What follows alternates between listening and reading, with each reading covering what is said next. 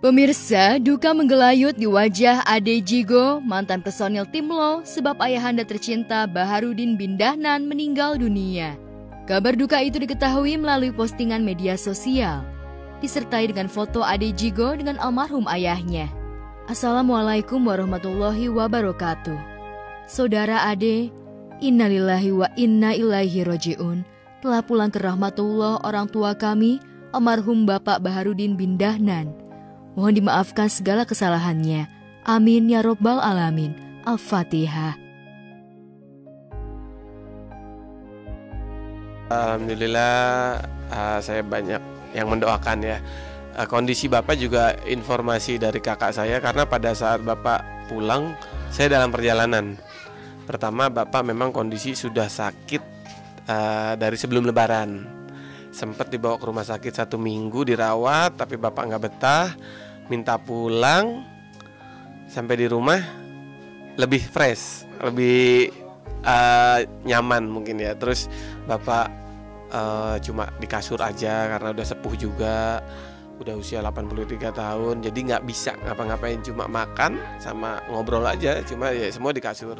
Nah, kemarin habis maghrib ditelepon kakak, dia bilang darurat gitu aja, kakak bilang. Kebetulan saya lagi meeting Zoom. Nah, ya udah saya meeting Zoom dulu, terus saya izin, terus saya ke rumah, saya bilang gitu ke sini. Nah, pada saat saya mau berangkat ke sini dari rumah, saya telepon dulu pastiin ke kakak gimana kondisi Bapak, makin darurat. Ya udah, akhirnya saya minta tolong teman untuk naik motor saya biar cepet, kan dari Ciputat ke Lebak Bulus. Nah, sampai sini Bapak udah nggak ada.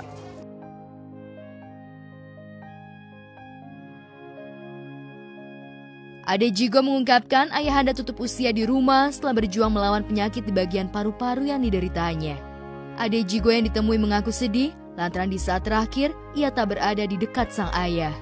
Menurut Ade Jigo, kondisi kesehatan almarhum semakin menurun setelah ditemukan adanya kelainan dan membuat fungsi paru-paru melemah. Namun demikian, Ade Jigo merasa lega sebab kepergian ayahanda tidak membuat repot keluarga dan sahabat, serta almarhum sudah tidak merasakan sakit lagi. Membuat kita sedikit lega adalah Bapak meninggal tidak menyusahkan. Dia habis makan cuma dapat 2 suap katanya. Habis itu dia bilang ngantuk, mau tidur. Nah, pada saat mau tidur, dia bilang ngantuk mau tidur, keluarga tuh masih dampingin. Terus dia sempet kayak sakaratul maut berapa kali gitu. Terus dibisikin, dibimbing. Alhamdulillah Bapak pulang dengan tenang.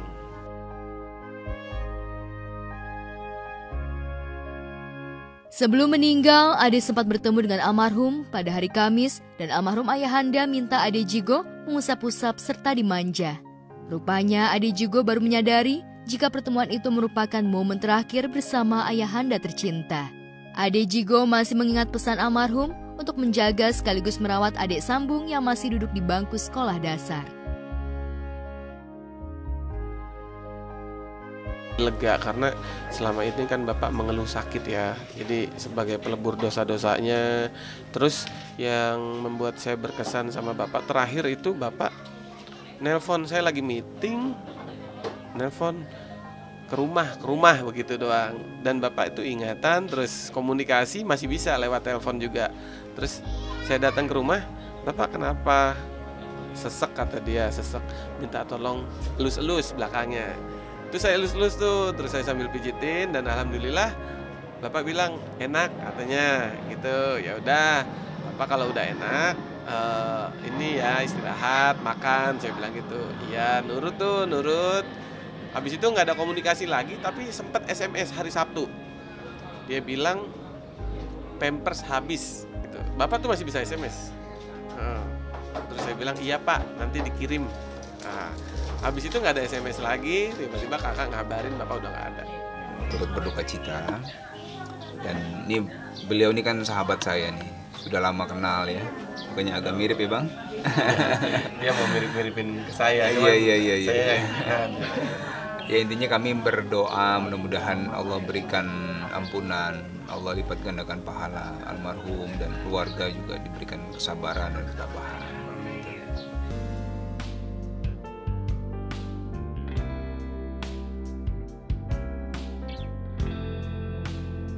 Sementara itu, komedian Supriyatna Sugandi alias Aming membuat gebrakan yang cukup mengejutkan di awal tahun ini. Ia memutuskan untuk mengubah penampilannya menjadi lebih maskulin dan lebih religi dari sebelumnya. Dan perubahan itu disebut oleh publik sebagai hijrahnya Aming. Namun benarkah Aming sungguh-sungguh hijrah? Karena kemarin tuh gue lihat exposure-nya tinggi karena banyak banget orang yang mendoakan hidayah buat lu kayaknya. Alhamdulillah didoain. Iya. Kan baik ngomong, Aming hijrah ya doa dong. Itu sesuatu yang ngapain gua counter? Gua bilang enggak, lah kan didoain ya. Terus kalau misalnya bilang enggak, kan didoain. Kalau misalnya gua ngerasa ngebohongin diri sendiri kan, kayak gua denial dan menyangkal. Ya ini sesuatu yang bagus ya, gue biarin aja, nikmati aja prosesnya ya nggak sih. Sama seperti pertobatan ya, itu kan berulang kali ya. Begitupun dengan hidayah gitu kan, dengan apa. Makanya gue lebih baik diam. Di counter juga nggak bisa, buat apa? Nggak di counter juga kan kesannya membohongin diri sendiri kan. Akhirnya ya biarin aja. Berarti lu udah hijrah? Udah hijrah atau enggak? Gini loh Den, ada istilah kalau di Islam itu hablum minallah, hablum minanas. Hubungan hablum minanas, hubungan antara manusia, minallah hubungan kita dengan Tuhan. Segala sesuatu, pertobatan, amal, perbuatan, dosa, even hijrah, sesuatu yang sifatnya spiritual ya, itu urusan kita yang di atas. Jadi lu nggak mau kasih. Terus hablum minanasnya gimana? Ya hablum minanasnya gue tetap baik sama orang, sesimpel itu Oh aja. berarti lu bungkus dalam bahasa lu tadi. Iya, karena gini di Indonesia tuh ya, misalnya, wih hijrah gitu ya, terus hijrah, gue diglorifikasi nih, Aming hijrah, Pak Haji, Pak Ustadz, Kang Haji. Gue bukan haji, itu gelar nggak sembarang buat dapat gelar itu. Pak Ustadz, saya bukan Ustadz, ilmu saya masih cetek. Itu glorifikasi yang gue bahas tadi, bahaya nggak loh? Kenapa bahaya glorifikasi? Bersembunyi di balik mendoakan. Ada banyak orang yang entah kita siapa, backgroundnya apa, mungkin orang-orang nggak berilmu, nggak beradab, tiba-tiba pakai atribut, ya nggak? Pakai atribut, religius ya, pakai baju sembarang, tiba-tiba dikultuskan, dipanggil haji, ustadz. Itu bahaya nggak menurut lo? Oh, konek sama keresahan tuh. Iya, paham, gue paham. Ini luruskan gue kalau gue salah. Gini dong bro. Iya. Oke bro. Gue gini jadi gini kayak sekarang lu gini, gini, gue gini. Oke. Itu pertanyaan bagus loh, ini bagus. Pertanyaan gue, kenapa lu nggak pengen terlihat seperti orang baik yang orang ini apa istilahnya? Orang soleh. Ini kan kalau di masyarakat tuh ada typically stigma masyarakat. Kan misalnya objektif proyeksi masyarakat. Nah, kalau gue lihat lu ini ketika lu mendapatkan sesuatu kebaikan dengan urusan spiritual lu sama Tuhan, lu nggak mau kasih tahu ke orang belak-belakan. Lu terka sendiri, lu maknain sendiri, lu nilai sendiri. Kalau lu dapat baiknya, itu berarti you punya keberuntungan. Betul. Kalau lu nggak dapat baiknya, ya berarti ya sudah. Ya udah. Karena gini, kenapa gua nggak mau di-frame sebagai orang baik? Gua manusia, men, masih punya ego. Apa yang lu takutin? Takutlah manusia itu ladangnya hilaf. Selain dia ladangnya berkah, juga ladangnya hilaf. Yaitu gua bilang banyak glorifikasi. Oke, gua didoain hijrah. Ya nggak sih? Gua didoain hijrah. Oh soleh, udah berubah. Tapi kalau secara atribut, secara innate gue masih berproses. Proses itu bisa jadi lebih baik atau bisa jadi lebih buruk deh. Nah ketika tiba-tiba gue nggak seperti yang gue harapin, bukan yang mereka harapin ya. Gue mengecewakan diri gue sendiri, bukan mengecewakan mereka. Makanya gue nggak pernah mau untuk menuruti apa maunya mereka. Karena yang namanya proses itu berkenaan dengan diri gue sendiri, bukan tentang siapa-siapa.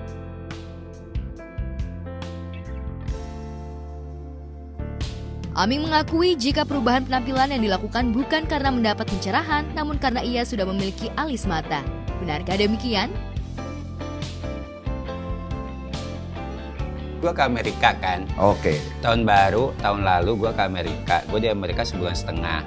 Nah, gue tuh kan selama ini nih gue buka ya. Gue kan selama ini selalu pakai kacamata, itu satu, ya nggak sih?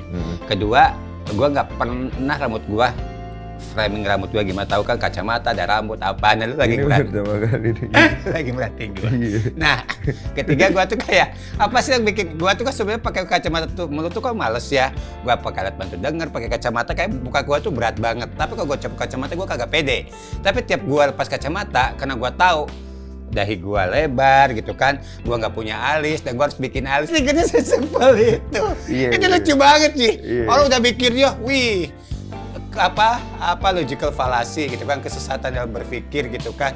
Wih, Amin dapat pencerahan. Wih, Amin dapat hidayah, Amin. Kekurangan padahal hal yang lu rasa kurang. Padahal gara-gara gua ke Amerika libur sebulan setengah terus gua bikin alis sesimpel itu.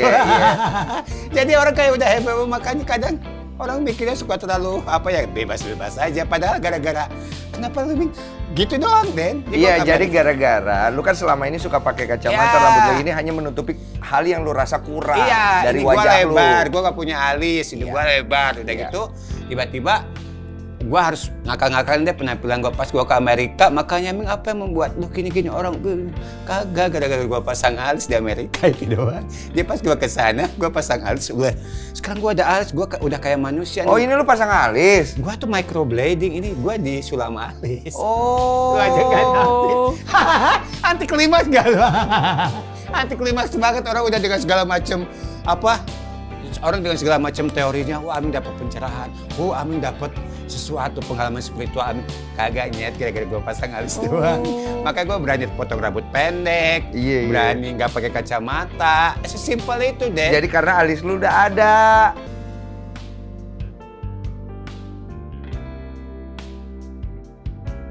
Aming menjadi serius ketika Denny Sumargo kembali menanyakan pandangan publik soal hijrah. Sebab perubahan dari banyak aspek yang dilakukannya membuatnya lebih percaya diri. Sebab itulah mantan suami Evelyn Nada Anjani itu enggan disebut berhijrah. Akan tetapi, Aming mengaku jika ingin menata hidup dengan lebih baik di masa depan. Jadi panjang lagi, bisa berjilid-jilid episodenya. Enggak apa-apa. Sekarang kan pertanyaannya mau atau enggak, itu dulu, dari situ kita mau nikah enggak? Gini aja, gua terbuka untuk companionship gitu. Berarti belum mau nikah? Ya gitu. Karena gua lebih berhati-hati lagi sekarang kali ya.